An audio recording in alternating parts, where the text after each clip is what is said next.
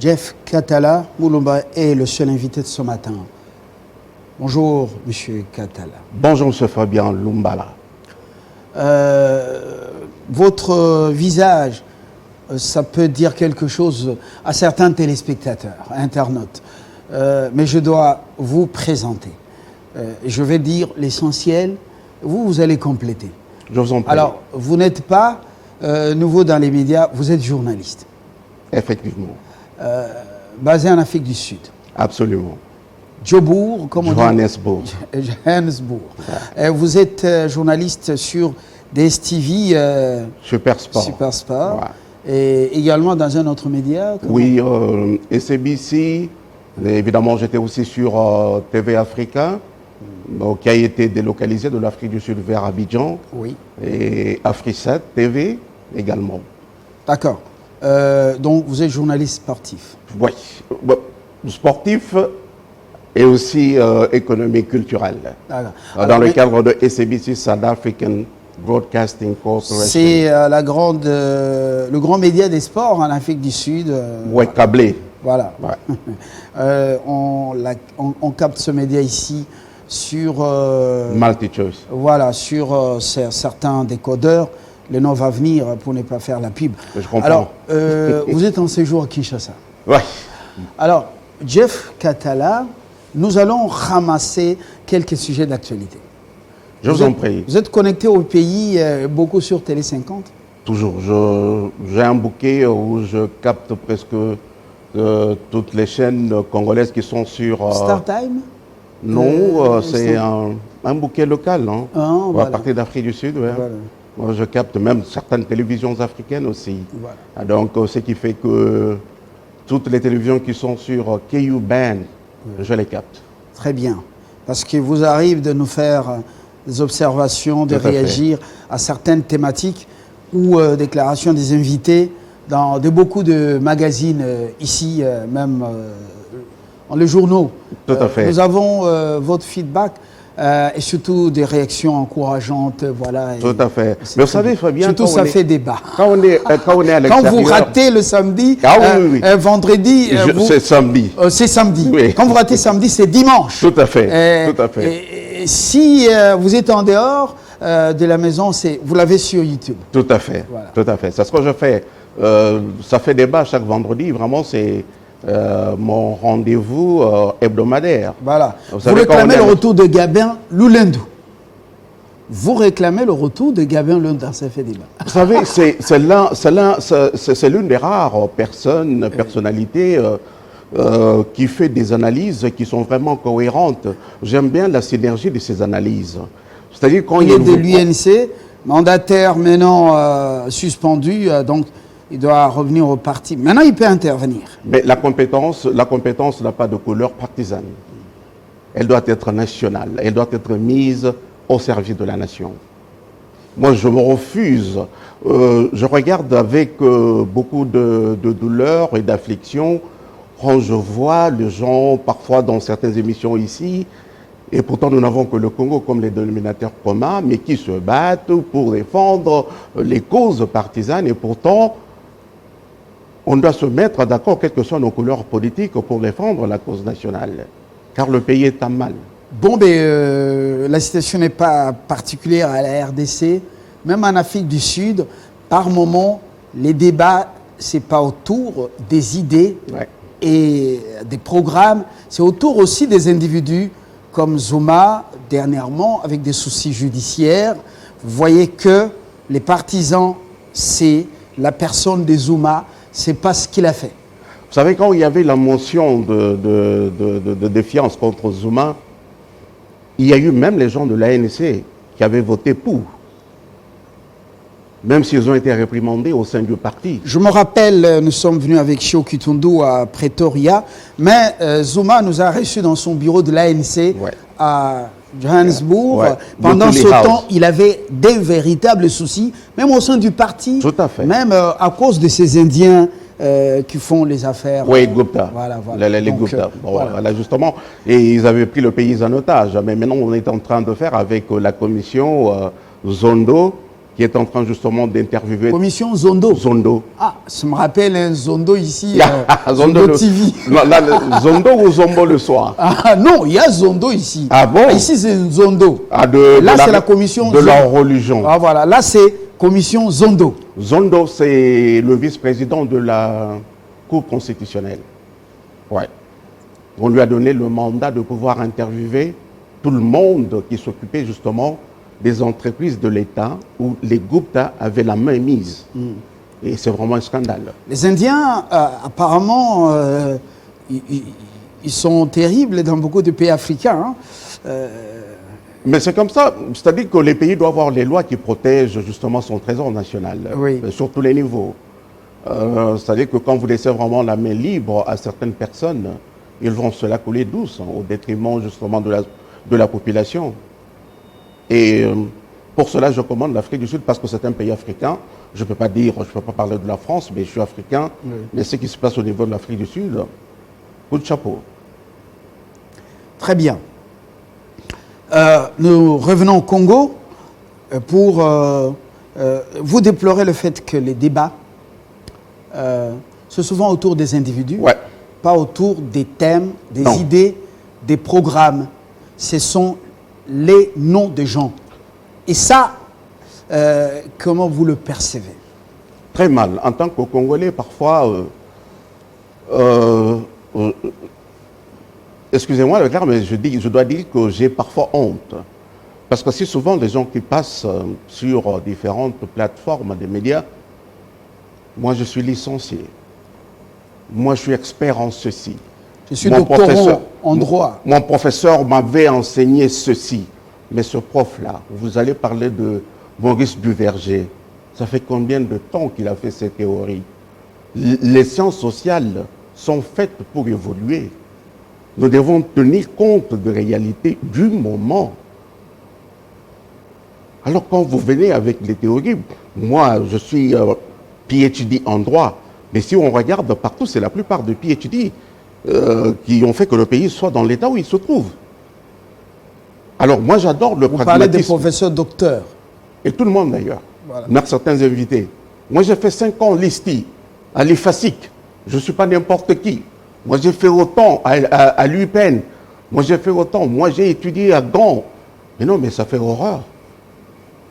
On a besoin du pragmatisme. C'est pourquoi je dis que la biographie française, c'est trop lourd. Et j'adore le système anglo-saxon. Il est très pragmatique. Alors Jeff, quand on regarde sur le continent, on se rend compte que les pays les plus instables sont les pays francophones. Oui, les pays issus de cette... oui. Justement. Mais c'est parce que... Et nous également, issus des Belges, voilà, mais parlons le français comme langue officielle. Alors, qu'est-ce qui explique la stabilité de pays du Commonwealth et l'instabilité des pays de la francophonie ou de l'UIF? Bon, justement, je dois dire que concernant la Belgique, moi, je ne sais pas pourquoi on avait adopté le français, parce que la plupart des administrateurs locaux en cette époque étaient justement des flamands. On aurait eu le flamand comme langue nationale. Alors, quand vous parlez justement de l'instabilité au niveau des pays africains, c'est la France-Afrique. C'est la France-Afrique, parce que moi, je ne peux pas comprendre comment la plupart, il y a 2 blocs qui utilisent le franc CFA. Il y a le franc CFA de l'Afrique australe, de l'Afrique centrale et le franc CFA de l'Afrique orientale. Et justement, cette monnaie est arrivée... l'Afrique de l'Ouest et puis l'Afrique centrale. Il y a deux blocs, deux zones. Et le franc CFA est arrimé sur le franc français, que le français eux-mêmes n'utilisent pas. Alors, ce qui fait qu'à un certain moment, ils sous-jacente justement la monnaie française. Ce qui fait que, je me souviens, dans les années 1990, il y a eu des monétisations. Et on n'a pas averti les banques centrales africaines qui utilisaient le CFA. La France a décidé de démonétiser le franc CFA. Et c'est justement aujourd'hui, le franc CFA est très cher. Je me rappelle, et puis quand vous allez au niveau justement au niveau de la CEMAC, ça c'est la communauté économique des États d'Afrique centrale, vous trouverez que il y a un Français qui a le droit de veto. Tous les membres du board, donc du conseil d'administration, peuvent voter. Mais si ce Français émet son veto, la décision ne passe pas. C'est ça qui explique que l'instabilité, plus donc 40 ans ou plus aux affaires d'un seul homme, soit c'est leur fils qui leur suit. Oui, mais voilà justement. Et puis, c'est aussi les coups d'État. C'est aussi la pauvreté, cette pauvreté, alors que tous ces pays sont très riches. Mais voilà, justement, c'est la question que je me pose toujours, parce qu'il y a une journaliste française, on dit qu'elle est spécialiste de la RDC. Comment elle s'appelle encore? Sonia Rollet. En quoi elle est spécialiste de la RDC? Justement, et elle parle, c'est comme si elle est vraiment une maîtresse, on doit suivre tout ce qu'elle émet comme point de vue.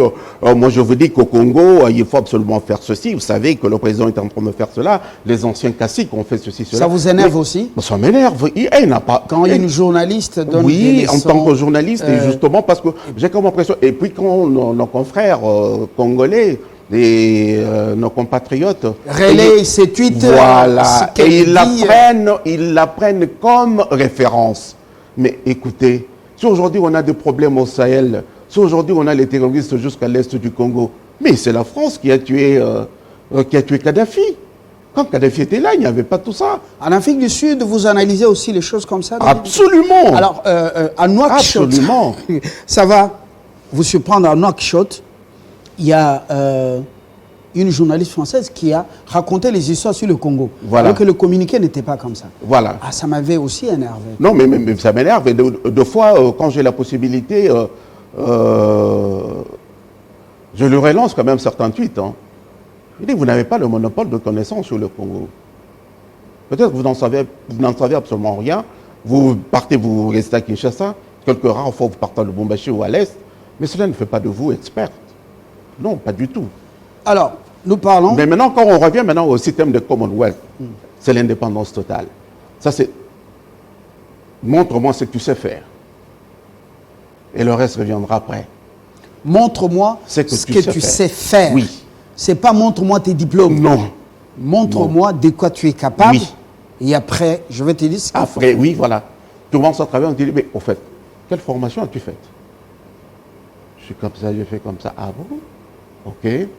Mais moi, j'aimerais que tu ailles là-bas, et tu vas commencer à travailler, et après, tu vas aller en formation pendant 6 semaines.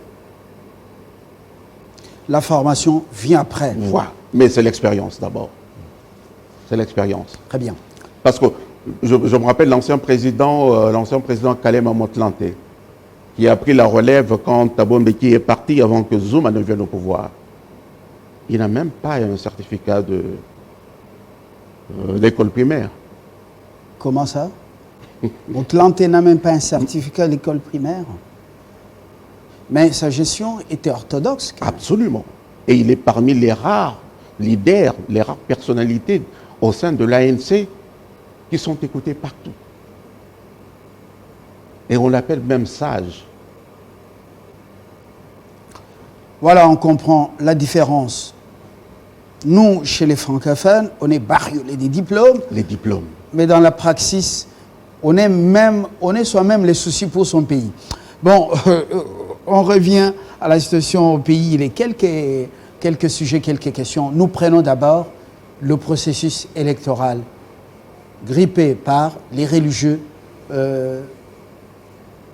Je suis éhonté, et c'est avec véhémence que j'ai cette colère, justement, de voir que dernièrement, j'ai suivi le communiqué du représentant de la CENCO qui intime l'ordre à l'État que l'ancien régime, au niveau de la CENI, doit continuer avec les préparations techniques pour l'organisation de joutes de 2023. Il n'a fait que des propositions. Catholiques, protestants, sont des pistes proposées. Il n'a pas donné un ordre. Ah ben, il n'a pas intimé l'ordre. Bon, ben, il a dit qu'on demande à l'État, justement. On demande à l'ancien bureau de la CENI de continuer avec les préparations. Mais c'est parmi les pistes. des pistes de sortie de crise pour ne pas retarder le processus électoral en attendant qu'ils s'entendent autour du nom de celui qui va diriger la CENI. Mais l'administration doit continuer le travail, oui ou non? Ont-ils raison, oui ou non? Non, ils n'ont pas raison. Pourquoi? Oui, ils n'ont pas raison, parce que les élections, d'après leur propre charte, les prérequis des articles 16-17 de la charte des confessions religieuses ont été respectés. On ne peut pas être tenu en otage par deux organisations religieuses ou confessions religieuses parce qu'ils ont une certaine assise. Mais on sait très bien que l'Église catholique, parfois, elle a été le levier de la colonisation. Donc, vous connaissez, ce sont des réalités connues depuis longtemps, mais les choses ont évolué. C'est l'Église africaine maintenant, même si la hiérarchie reste donc au Vatican. Mais ils ont une certaine assise populaire. Vous vous souvenez du 16 février sous Mobutu. Est-ce qu'il faut... mais il y a eu d'autres partis. Ils n'étaient pas les seuls. Est-ce qu'il faut faire semblant de les écouter et puis aller dans ce qu'on appelle ici forcing, au risque de les rencontrer sur la rue parce que Kabound avait reconnu 50-50. Justement. Oui. Alors, est-ce qu'il faudra les croiser ou les croiser sur le chemin, donc sur la route, dans des marches, où il faut les écouter pour trouver un consensus? Je refuse qu'on utilise le mot forcing. Il n'y a pas de forcing à faire. Comme il y avait du 50-50, mais maintenant aujourd'hui il y a la majorité qui est aussi un des critères de la démocratie. Pourquoi ne pas se joindre aux autres? Parce que leur propre charte leur demande cela. Pourquoi ne pas se joindre aux autres? Pourquoi on doit seulement écouter? Aujourd'hui, ça devient la loi de la minorité contre la loi de la majorité. Ou c'est la majorité qui doit primer et la minorité doit faire le rôle de contre-poids. L'Église a appelé le peuple à barrer la route. Voilà ce que... Mais c'est leur cette droit. Approche quand même du régime. C'est leur droit, parce que je sais que quand l'UDPS était aussi dans l'opposition, il lançait aussi des messages comme ça. C'est le droit démocratique. Ils peuvent demander à la population de sortir. Mais à la fin, il faut qu'on revienne aux institutions. Il faut qu'on revienne aux institutions. Qui doit gérer l'État? Qui doit gérer l'État? Quand il y a déjà un PV déjà rendu, quand il y a déjà le vote qui a été déjà entériné, et il y a eu tous ces couacs et tous ces bobards qui se sont rencontrés pendant le processus électoral du prochain président de la CENI, tout ça, ça montre qu'il y a une certaine mauvaise foi. Quand le représentant de la CENCO pense déjà qu'on doit tout faire pour qu'en 2023, qu'il y ait une alternance. Qu'est-ce que ça veut dire? C'est qu'il y a un agenda caché. Est-ce que dans ce pays, il n'y a pas des Congolais expérimentés en matière électorale, au lieu qu'on tue assez de temps autour d'un seul nom ou de deux, est-ce qu'on ne peut pas trouver une alternative? C'est-à-dire un autre Congolais pour faire avancer vite les choses, parce qu'il ne faut pas donner des munitions à l'Église catholique avec sa vérité des urnes. Elle risque de chambouler les choses avant même le processus. Vous savez, Fabien, quand on parle des irrégularités, il faut les prouver. Quand on parle des incriminations, il faut venir avec les preuves à l'appui. Moi, j'ai un problème avec la CENCO, depuis longtemps. Je disais toujours, moi, je ne fais jamais confiance à la CENCO. La CENCO, le prélat avait toujours dit qu'en 2011, en 2006, Bemba avait gagné les élections présidentielles. On n'a jamais eu aucune preuve. Et 5 ans plus tard, en 2011, on a dit que c'était le président de l'UDPS, les leaders maximaux de limiter le Sphex, Étienne Tshisekedi Wamulumba, qui avait gagné les élections. On n'a jamais eu des preuves. Et évidemment, récemment, en 2018 encore. Et jusqu'au niveau de la Cour constitutionnelle. Parce qu'en 2011, M. Tshisekedi n'était pas parti à la Cour constitutionnelle. Il avait refusé pour se dire qu'il est le président de la République. Mais celui-ci, l'autre, est parti. Aucune preuve, même au niveau de la Cour constitutionnelle. Et aujourd'hui, il y a des preuves, enfin, il y a des irrégularités autour de l'élection du prochain président de la CENI, mais il n'y a aucune preuve. Ils ont des enregistrements sonores qui parlent des menaces, qui parle également de tentatives, voilà, des chop-chop. Vous savez, les Congolais, parfois, nous n'apprécions pas les valeurs sûres que nous avons. Allez à l'extérieur, surtout en Afrique, écoutez l'aura que le candidat Denis Kadima a auprès des institutions des pays. Il y aura les élections municipales bientôt, là, au mois de novembre, en Afrique du Sud.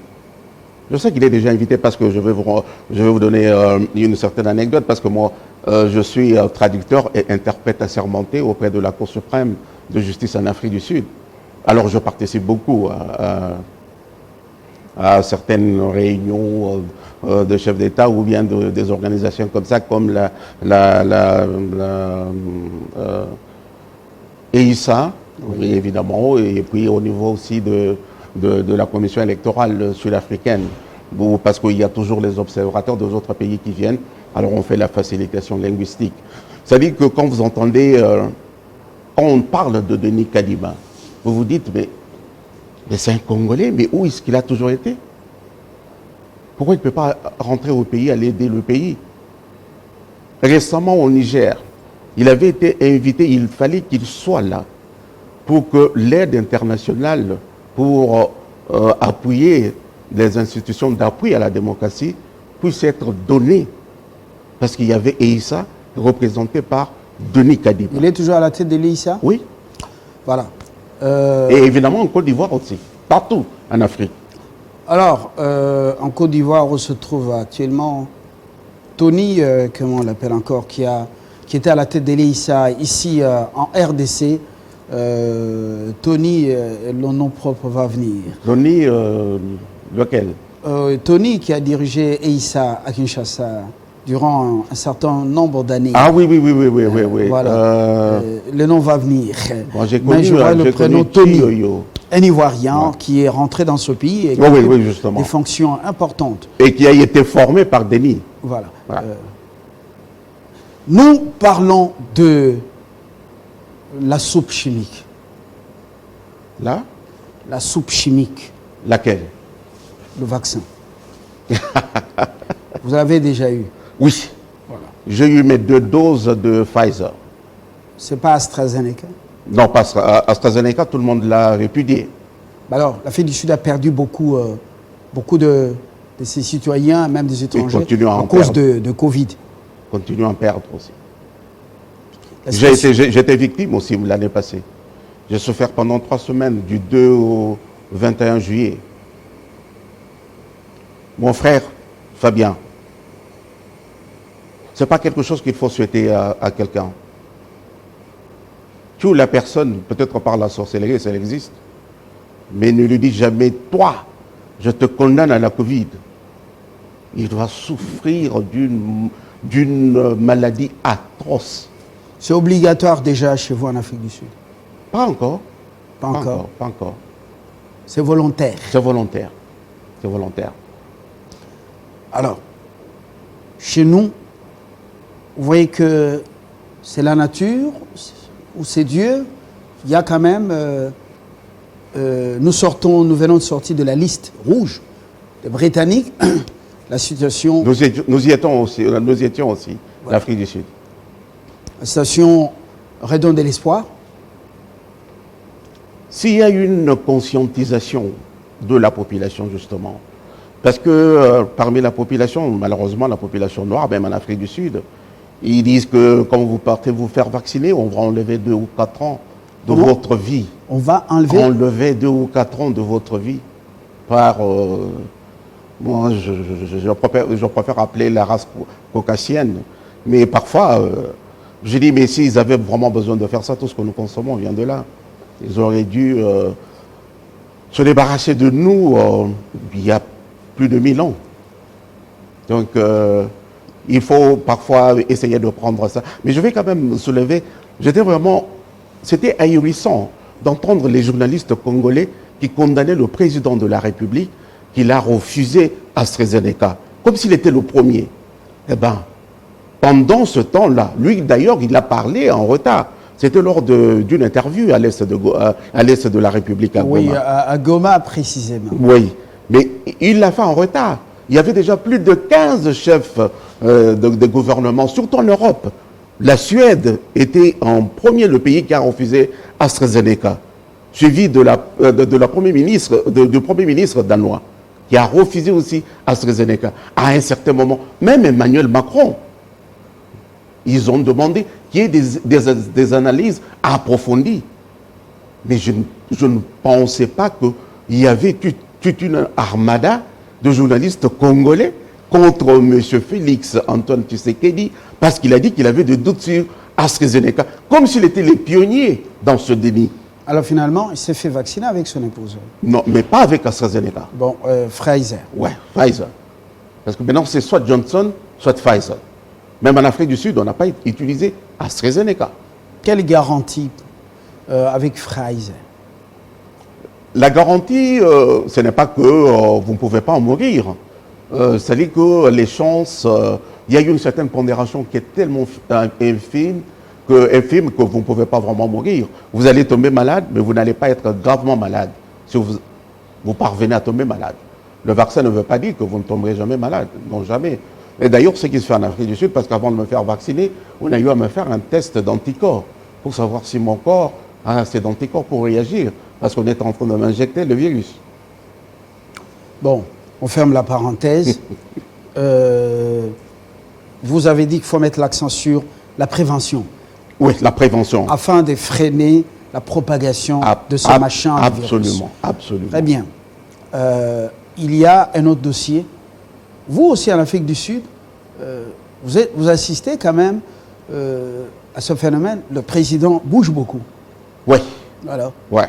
On dit que ça dégraisse un peu les caisses de l'État, moins de mafuta dans les caisses de l'État, parce que quand un chef de l'État se déplace, ça prend assez de sous, et il y a moins de retombées, à part les 1 milliard, avec les Émirats Arabes Unis, et les véhicules blindés, une trentaine. Comment vous analysez quand même Monsieur Fabien Lumbala, tous ces voyages Monsieur Fabien est-ce que ça va rapporter au pays? Monsieur Fabien Lumbala, je suis désolé pour mon pays parce que il faut relever le débat. Il faut relever le débat. Les différents déplacements du chef de l'État ne doivent pas être le thème politique autour duquel on doit s'attarder pour décortiquer. Non. Non. C'est souvent, moi, je suis toujours étonné quand je regarde les différentes plateformes des médias ici chez nous. Vous condamnez justement le président de la République, qu'il avait violé, je fais quand même un petit rappel rapide, qu'il a violé la Constitution avec la mise en place dans l'armée et dans la magistrature. Et ce sont les journalistes entre eux-mêmes et les analystes qui critiquent. Mais ils n'ont jamais pris le soin d'aller prendre la version au niveau des représentants du chef de l'État, peut-être avoir eu une interview appelée le personnel du porte-parole du président de la République, lui poser des questions, aller peut-être au niveau, parce que ça ne vient pas du président lui-même, il y a aussi le conseil de la magistrature, prendre un membre du conseil de la magistrature, c'est comme ça qu'on fait toujours en Afrique du Sud. Alors, on appelle toujours un expert. Ouais. De là. Beaucoup de choses ont évolué, nous en sommes au voyage, parce que présentement, il est aux Émirats Arabes Unis. Quand on arrive au voyage... Après Abu Dhabi, je crois que devra se rendre, je n'ai pas eu l'information ce matin, à, comment on appelle, à Dubaï. Vous ne savez pas ce que le chef de l'État est en train d'abattre comme travail à l'extérieur, sur le plan international. Nous avions vécu longtemps à l'extérieur, même quand nous nous déplaçons dans les pays voisins, même en Europe. Vous entendez, mais maintenant on parle beaucoup de la RDC. Hein. Vous avez maintenant un président. C'est qu'on n'avait pas une diplomatie, juste au niveau de la représentativité. On a eu une diplomatie agissante. On a eu une diplomatie. Avec Cheikh Kitumbi, sous Joseph Kabila. Pas du tout. On n'était pas un pays enfermé. Pas du tout, parce qu'on ne parlait pas de la RDC comme maintenant. Maintenant, on parle de la RDC. On parle de la RDC où on vous demande, moi je suis passé, on m'a fait beaucoup d'interviews même à la radio. Comment vous trouvez le président? C'est la première fois qu'on voit un président, il paraît qu'il est rentré, surtout le premier geste qu'il avait fait quand il est parti. Là, c'est la personne du président, des cryptages, voilà. Voilà, comme justement. les gens sont fascinés pour voir. Et puis quand le président... Mais lorsqu'on entre dans les idées, dans les thématiques, Ouais. on parle de nous en bien. En espoir. Comme à l'ONU, dernièrement, Conseil de Ouais, en sécurité, tout espoir. ça, on parle de nous en bien. Oui, et l'espoir renaît beaucoup. Et la plupart même des Congolais qui sont à l'extérieur, ils ont maintenant foi que le Congo peut décoller. Et puis quand ils parlent, quand j'entends toujours les critiques contre les voyages du président, que jusque-là, il n'y a eu qu'un seul investisseur, il s'appellerait un certain Jean-Claude Van Damme. D'abord, ce qui avait été pris avec Jean-Claude Van Damme, ce n'était pas la cité de l'OIS, c'était à Bruxelles. Et comme les médias sociaux savent ce qu'ils peuvent manier comme outil au niveau des médias, évidemment, les gens gobent tout cela. Mais je dois vous dire que quand on va négocier à l'extérieur, les résultats se font sentir dans les 24 mois qui viennent. Ce n'est pas du tic au tac. Moi, je ne peux pas comprendre qu'après 32 ans et après 22 ans de ce que nous avions connu, qu'on demande à un président de la République qui vient d'arriver en 3 ans de pouvoir faire les mérites. Il n'y a pas de bateau magique. Il n'y a pas de bateau magique. Vous savez, Mais, quand vous parlez, toujours quand il parle que non, voilà, ici... Le président, ceux qui sont pour il le est pouvoir. issu d'une formation politique, Oui. d'un pater, donc un papa, Oui, oui. qui a parlé de bonne gouvernance, état des droits, mais malgré la présence de l'IGF, qui fait la patrouille financière, malgré les cours et tribunaux, mais on parle toujours des détournements, des millions quand même. Comment on ne peut pas faire en sorte que l'homme dirigeant soit loin des espèces sonnantes et trébuchantes et que la gestion soit orthodoxe et que ça soit... Il voit l'argent numériquement, mais il ne voit pas l'argent en espèces et ça va le mettre à l'abri de tentations et tout ça. Mais malgré ça, avec les nouveaux hommes, on déplore toujours les détournements. Comment expliquer ça? Premièrement, il faut savoir que le parti du président de la République ne gère pas le pays seul. Ils sont en coalition par rapport aux réalités du pays. Je les lui concède d'ailleurs d'avoir fait cela. Celui qui a l'agriculture, il est issu du parti présidentiel, du parti président. Ouais. L'agriculture, vous avez suivi que le secrétaire général, le conseil financier et le comptable ont été acheminés hier à Makala. Oui. Je ne sais pas ce matin ou hier. Oui. Vous avez lu, non? Oui, oui, justement. Voilà. On parle de plus de près de 2 millions qui seraient juste destinés à un Colombien. Ce n'est pas ce Colombien. Mais c'est déjà un très bon signe. Vraiment un Colombien. C'est un très bon signe, monsieur Fabien Lumbala, que même les membres du parti du président sont acheminés à Makala. Donc il n'y a pas la politique, ou il n'y a pas la justice de 2 poids 2 mesures. Et ça, c'est vraiment un fait inédit. Est-ce qu'on ne peut pas prévenir? On dit gérer, c'est prévoir. Oui. Prévenir, éloigner les dirigeants politiques les éloigner des espèces sonnantes et trébuchantes. Mais vous avez les papiers, mais l'argent, vous ne touchez pas. Mais vous savez, parfois c'est très difficile. Et quand l'argent quitte les trésors, la banque, en réseau, tout le monde sait que l'argent est sorti pour ça. Mais c'est très difficile quand la dernière signature revient à celui qui ne s'occupe que de la monnaie scripturale. C'est-à-dire celui qui signe. Il ne touche pas l'argent, mais il voit les montants. Évidemment, c'est tentant parce que c'est lui qui a la dernière signature. Ce qui vient de se passer en Afrique du Sud avec le ministre de la Santé, il a été traduit en justice, il a été limogé. Parce qu'il a détourné plus de 10 millions de dollars. Enfin, 115 millions de rand sud-africains. Dans les cadres justement des équipements pour la population contre... la protection de la population contre la Covid. Donc, ça a été fait comme ça. Mais il faut d'abord que... c'est comme ça avec la justice. La justice n'est pas préventive, mais elle rend la justice par rapport aux faits qui sont commis. C'est très difficile quand quelqu'un à la dernière signature pour lui dire que non, bon voilà. Mais j'apprécie ce que l'IGF est en train de faire, parce que l'IGF devait en principe agir en aval. Oui, mais comment, aujourd'hui, comment expliquer, même là où vous êtes en Afrique du Sud, est-ce qu'on peut aller avec un sac à la banque, au trésor, on prend, et puis on remplit, jamais. On prend, on met dans le véhicule, jamais. On rentre jamais. Au ministère, on un rentre jour, à la maison. Un, que c'est un jour, j'ai suivi sur le plateau de Télé 50 un chroniqueur musical du nom de Papi Mboma. Il disait, une fois, il avait été avec deux patrons à la banque, on a sorti 450 000 $. Des choses qui ne sont pas vérifiables. Ça, vous voyez c'était un jeu de ping-pong, des choses qui ne sont pas vérifiables. Supposons que c'est le cas. Oui. Mais en Afrique du Sud, on vous arrête.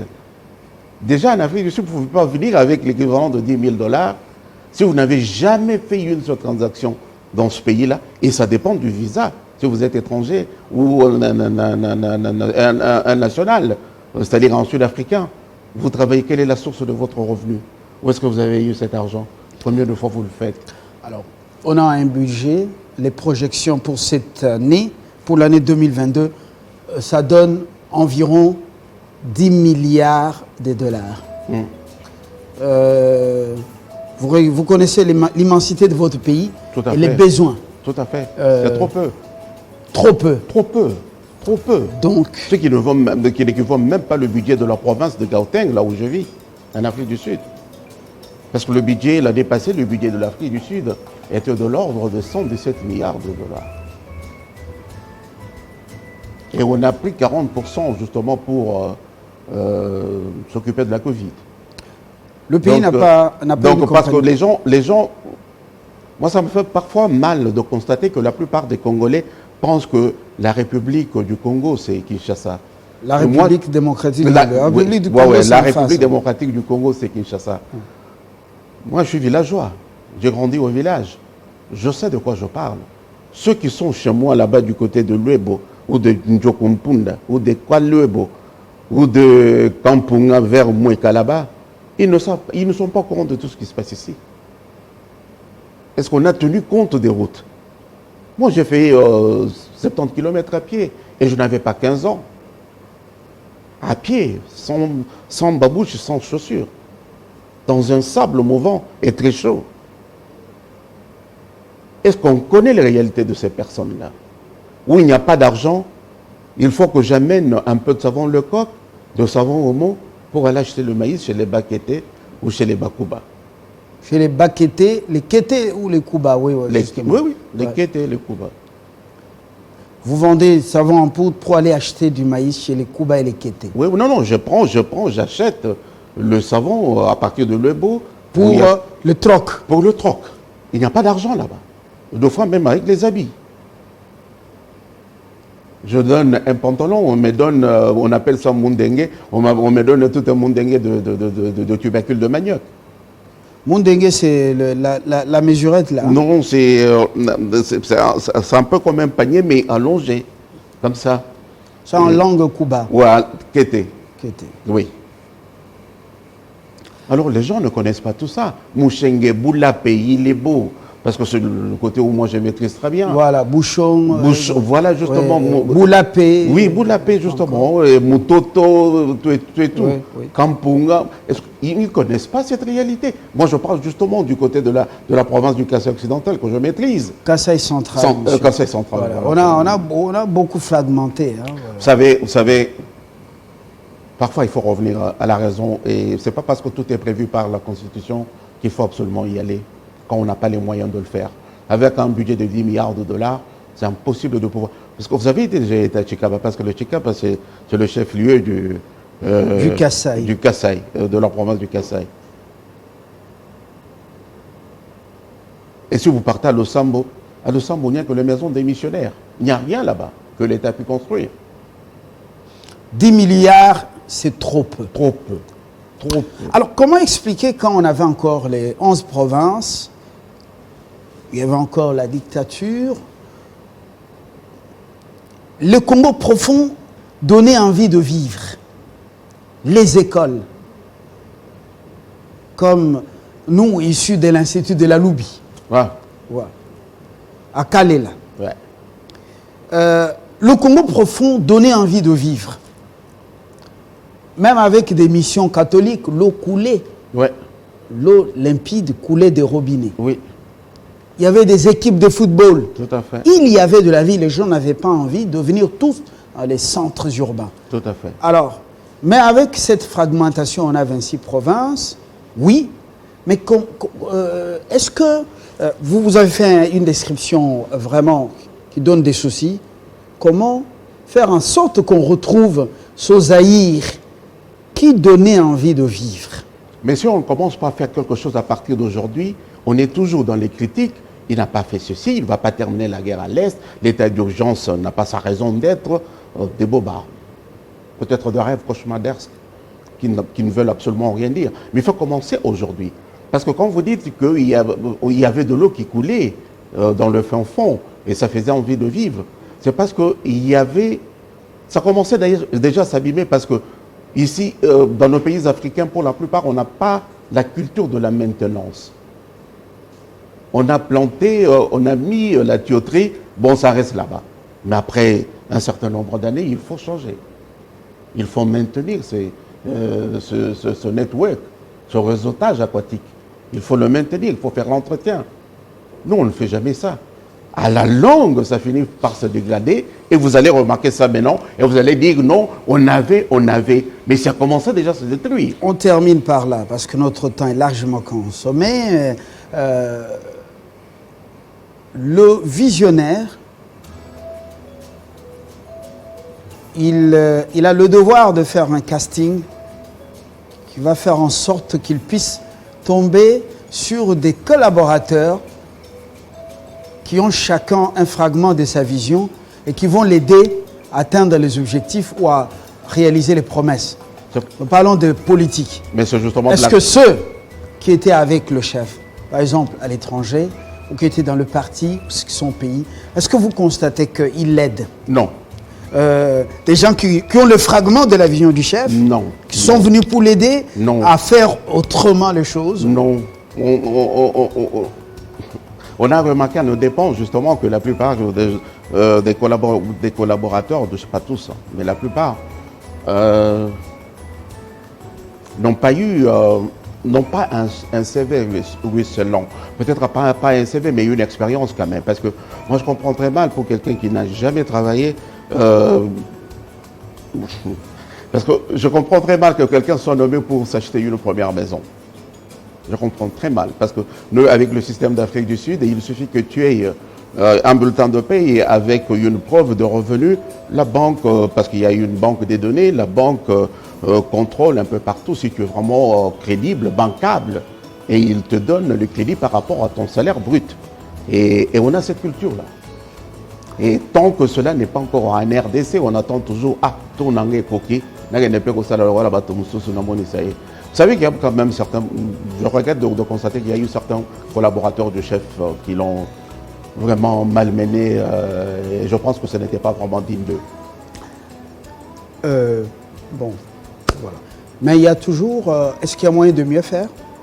Il y a toujours moyen de mieux faire, toujours. Il ne faut jamais se décourager dans un pays, et surtout de pays comme le nôtre.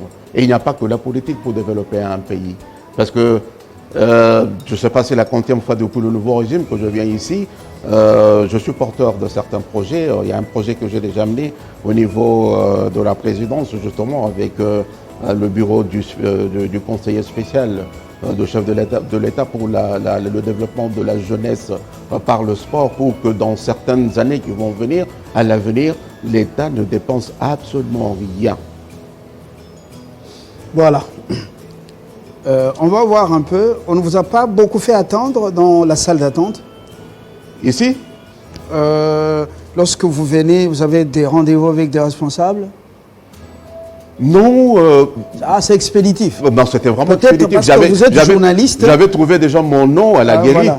Peut-être parce que vous êtes journaliste, on ne veut pas vous garder longtemps dans la salle d'attente. Il ne me connaissait pas sur ce de crainte que vous n'alliez